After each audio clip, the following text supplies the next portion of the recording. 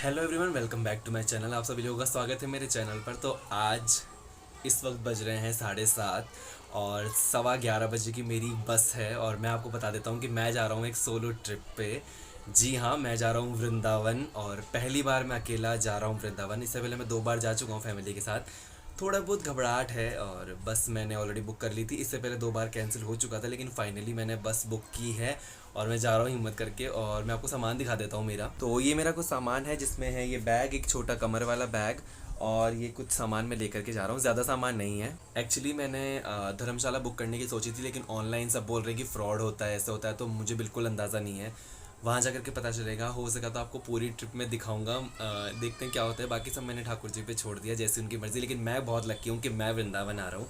सो देखते हैं। अभी मैं निकलूँगा 10 बजे, मैं घर से निकलूँगा और 11:15 बजे मैं आपको बस में मिलूँगा। तो इसलिए मैं सोचा कि आपको साथ लेकर के चलते हैं वृंदावन, ताकि मुझे भी ऐसा रहेगा कि मेरी फैमिली मेरे साथ है, मेरी यूट्यूब फैमिली मेरे साथ है। तो चलिए, क्या आप लोग तैयार हैं वृंदावन चलने के लिए? आ जाओ फिर आप लोग।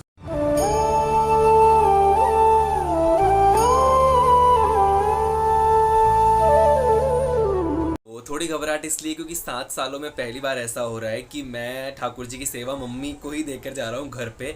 आज तक मैंने कभी ऐसा किया नहीं है, तो थोड़ी वो चीज़ की थोड़ा मुझे ऐसा है कि पता नहीं संभाल पाएंगे नहीं संभालेंगे। पर जैसे ही ठाकुर जी की मर्ज़ी, मैं उन्हें साथ नहीं ले जा सकता। अगर फैमिली जाती तो मैं ज़रूर लेकर जाता, इसलिए मैं उनकी सेवा यहीं देकर जा रहा हूँ।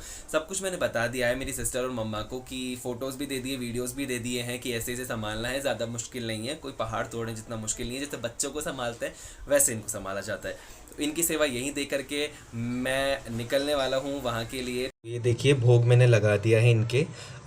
कान्हा मोहन के भी भोग लग चुका है और हमारे माधव ने भी भोग लगा लिया है। अब मैं इनको सुला करके फिर जाऊँगा, क्योंकि आज रात को तो मैं ही सुला दूँगा, कल से मम्मा और दी संभालेंगी।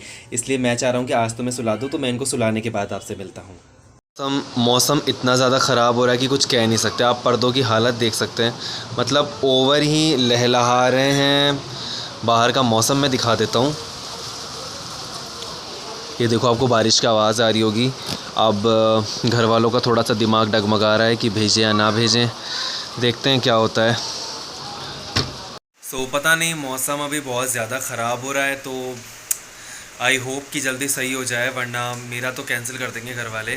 बट मैं पूरा प्रे करूँगा कि जैसा भी राधा रानी चाहे वो हो जाए। बट आई होप कि बारिश रुक जाए, तूफ़ान रुक जाए। बहुत ख़तरनाक तूफ़ान आ रहा है, बहुत ही ज़्यादा। देखता हूँ क्या होता है।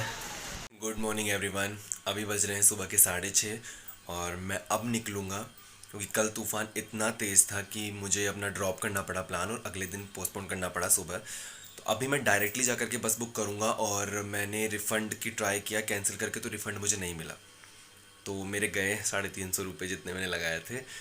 कोई बात नहीं, चलो, जो होता है अच्छे के लिए होता है। तो अभी मैं निकल रहा हूँ ओला से और मिलता हूँ आपको रास्ते में।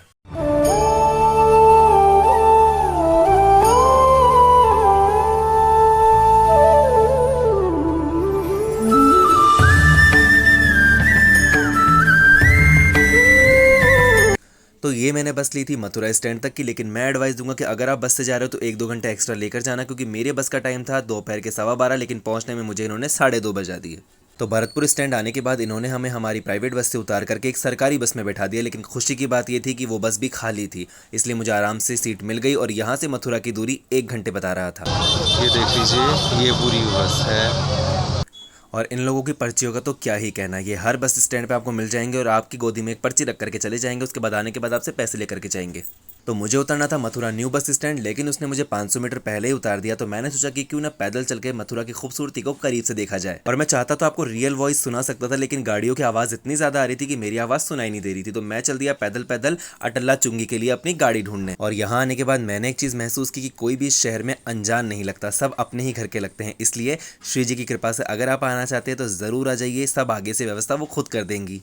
तो मुझे यहाँ से मिल गई अटल्ला चुंगी के लिए टेम्पो। जितना मैंने सोच रखा था, शायद राधा रानी ने उससे भी ज़्यादा खूबसूरत मेरा सफ़र मेरे लिए तय कर रखा था।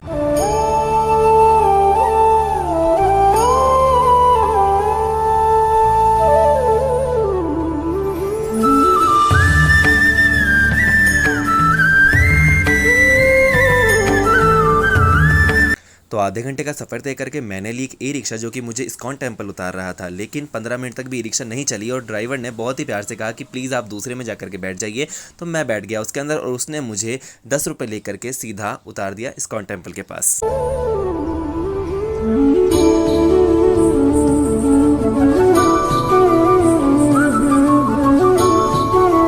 यहाँ पहुँचने के बाद मैं निकल गया धर्मशाला ढूंढने। धर्मशाला का भी कोई नामो निशान नहीं है, देखते हैं कभी कुछ मिल जाए तो थोड़ी देर बाद, बट फ़िलहाल तक तो कुछ भी नहीं मिला। नहीं रुको अभी, अब चलो इधर देखो जाना, प्रभु जी और बात कर लो, ठीक है? बोलो प्रभु जी।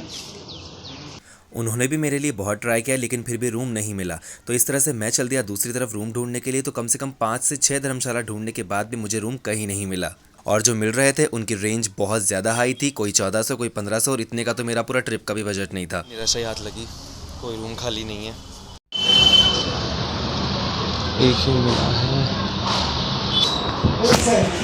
यह रूम है नॉन एसी, कितना है? 14 पर पर्सन।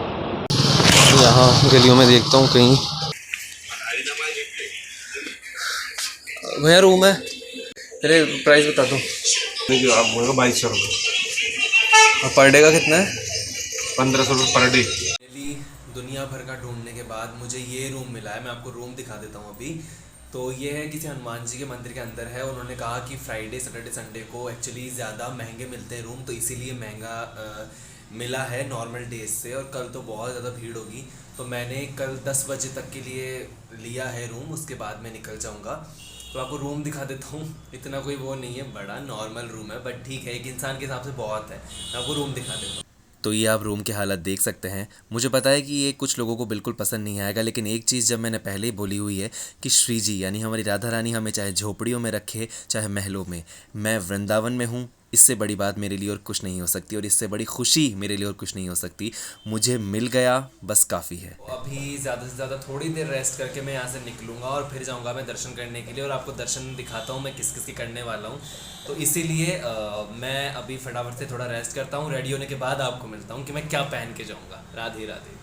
तो ये था इसका वॉशरूम, लेकिन कुछ रॉयल लोग तो इसमें पैर रखना भी पसंद नहीं करेंगे, लेकिन वही बात है, जब सौंप दिया सब भार तुम्हें, चाहे मारो चाहे तारो, चाहे मझधार में लाकर डुबो दो, चाहे पार लगा दो किनारे पर ला, हम श्री जी के हैं, वो जैसे रखे हम खुश हैं। तो मैं तैयार होकर के निकल गया था वृंदावन की गलियों में घूमने के लिए, जो देखने को मिलेगा आपको सेकंड पार्ट में। तब तक के लिए हरे कृष्ण, राधे राधे, जय श्री श्याम।